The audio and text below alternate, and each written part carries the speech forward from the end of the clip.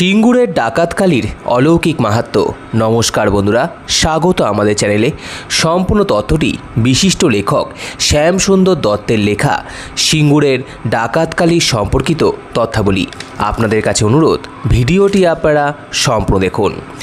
বাংলার বুকে এই ভয়ঙ্করী দেবী কালীর সঙ্গে জড়িয়ে রয়েছে হাড়হিম করা বহু চাঞ্চল্যকর ইতিহাস।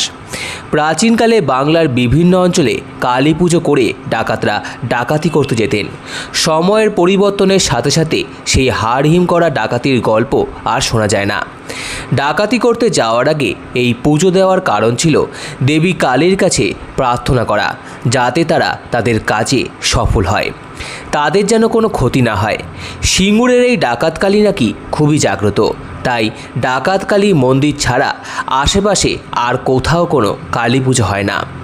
এই চত্বরে তিনটি গ্রামে মল্লিকপুর, জামিনবেড়িয়া এবং পুরুষোত্তমপুরের কোথাও কোনো কালী মন্দির নেই। এমনকি এখানকার কোনো বাড়িতেও কালী ঠাকুরের ছবিওয়ালা ক্যালেন্ডার টাঙানোই নাকি নিষেধ রয়েছে। শোনা যায় সিঙ্গুরের এই ডাকাতকালী প্রতিষ্ঠা হয়েছিল ডাকাত সর্দার সনাতন বাগদির হাতে। সরস্বতী নদীর তীরে বাস ছিল সনাতনের। ডাকাতি করতে যাওয়ার আগে গভীর রাতে নিবিড় জঙ্গলে মা কালীর উপাসনা করতেন তিনি। প্রায় 550 বছর আগে সিঙ্গুরের ডাকাতকালী মন্দিরকে ঘিরে রয়েছে নানান ইতিহাস। বৈদ্যবাটি তারকেশ্বর রোডের পাশে পুরুষোত্তমপুর এলাকায় এই ডাকাতকালী মন্দিরটি অবস্থিত। কথিত রয়েছে অসুস্থ রামকৃষ্ণদেবকে দেখতে মা শারদা কামারপুকুর থেকে দক্ষিণেশ্বর যাওয়ার পথে রঘু ডাকাত এবং গগন ডাকাত মায়ের পথ আটকে দাঁড়ায় ডাকাতির উদ্দেশ্যে। সেই সময় অকস্মাৎ মা শারদার পিছনে রক্তচক্ষু মা কালীর ছবি দেখতে পায় ডাকাত দল। ভুল বুঝতে পেরে মা শারদার কাছে ক্ষমা প্রার্থনা করে। সন্ধে নামার সেই রাতেই ডাকাতদের আস্তানায় মা শারদাকে থাকার ব্যবস্থা করে দেন ডাকাত দল। সেই রাতে মা শারদাকে তারা খেতে দেন চাল কড়াই ভাজা। পরের দিন সকালে ডাকাতরা মা শারদাকে পৌঁছে দেয় দক্ষিণেশ্বরে। এরপর থেকেই ডাকাতের দল ডাকাতি ছেড়ে দেয়। সেই থেকেই কালী পুজোর দিন মায়ের প্রথম নৈবেদ্য প্রসাদ হিসাবে চাল কড়াই ভাজার নিবেদন করার রীতি রয়েছে। এছাড়াও লুচি এবং ফল নিবেদন করা হয় পুজোর প্রসাদ হিসাবে। কালী পুজোর দিন 4 প্রহরে 4 বার পুজো করা হয়, পাশাপাশি ছাগল বলি হয়। ইতিহাস থেকে জানা যায় এই এলাকার পাশেই সরস্বতী নদীর পাশে জঙ্গলের ডাকাতরা মাটির কুড়ের ঘরে বানিয়ে দেবী কালীর পুজো করতেন। পরে বর্ধমান রাজার দান করা জমিতে গ্রামের মোড়লরা এই মন্দিরটি তৈরি করে মূর্তি প্রতিষ্ঠা করেছিলেন। কালী পুজোর দিন মোড়লদের পুজোর পর অন্যান্য ভক্তদের পুজো নেওয়া হয়। মা এতটাই জাগ্রত যে এই কালী প্রতিমার পুজো ছাড়া কেউ অন্য কোনো কালী প্রতিমার পুজো করার সাহস পায় না।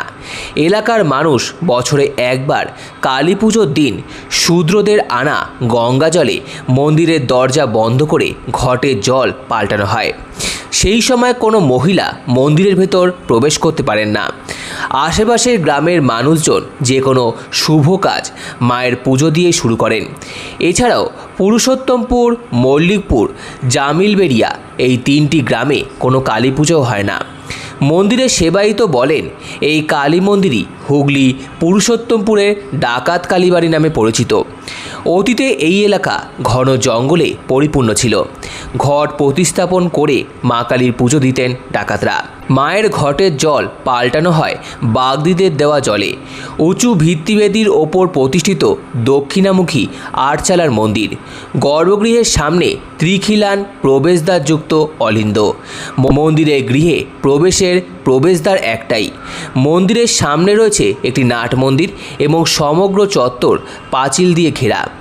একসময় মন্দিরের সামনের অংশটি টেরাকোটায় অলঙ্কৃত ছিল, কিন্তু বর্তমানে সেই টেরাকোটার খুব সামান্য অংশ অবশিষ্ট রয়েছে। প্রাচীনকাল থেকে আজও সেই একই রীতিনীতিতে মায়ের পুজো করা হয়। কালী পুজোর দিন দূর দূর থেকে বহু ভক্তের সমাগম হয় এই ঐতিহ্যবাহী জাগ্রত দেবী ডাকাতকালীর মন্দির সম্পর্কিত সম্পূর্ণ তথ্যটি শুনে ভালো লেগে থাকলে অবশ্যই চ্যানেলটিকে সাবস্ক্রাইব করার জন্য অনুরোধ রইল। সম্পূর্ণ ভিডিওটি দেখার জন্য আপনাদের সকলকে অসংখ্য ধন্যবাদ। ভিডিওটি ভালো লেগে থাকলে লাইক, কমেন্ট, শেয়ার এবং চ্যানেলটিকে অবশ্যই সাবস্ক্রাইব করুন। ধন্যবাদ।